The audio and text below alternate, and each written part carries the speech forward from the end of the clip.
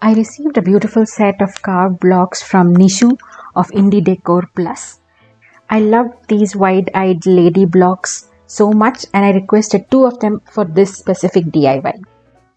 Here I have 2 IKEA frames.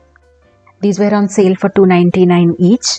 And then I have 3 different fabric options to frame them. One is this kalamkari with the ornate peacock on it. Then I have the mustard ajrak and an ikat in red. The idea is to frame the blocks that are fairly neutral white and wood against bright Indian fabric. I think it's going to look amazing. I need to decide on 2 fabrics out of the 3, and looking at this, I think the decision is made. The first thing is, of course, to measure the fabric and cut it out. I usually use the frame backing to do it. And removing the creases before you actually start any fabric project is a step that most people forget.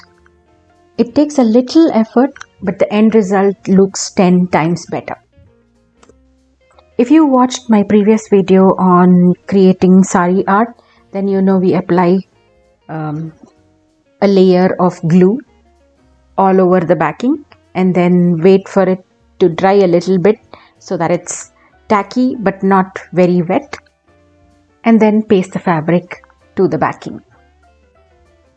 Then you have to set it aside for a couple of minutes before you flip it over and do the back. Just fold the edges onto the back so you get a nice little seam. These, I think, framed as is will still look beautiful, but my idea is to paste the blocks on top of them. This is a very, very simple DIY and I think it's going to look very stunning. I applied a generous amount of Fevicol or white glue at the back of these blocks and made sure I evenly spread them out. Positioned them in the center, pressed them down and kept a heavy object on top. You have to let them dry at least 24 hours before you remove the weight so that they are completely glued and dried.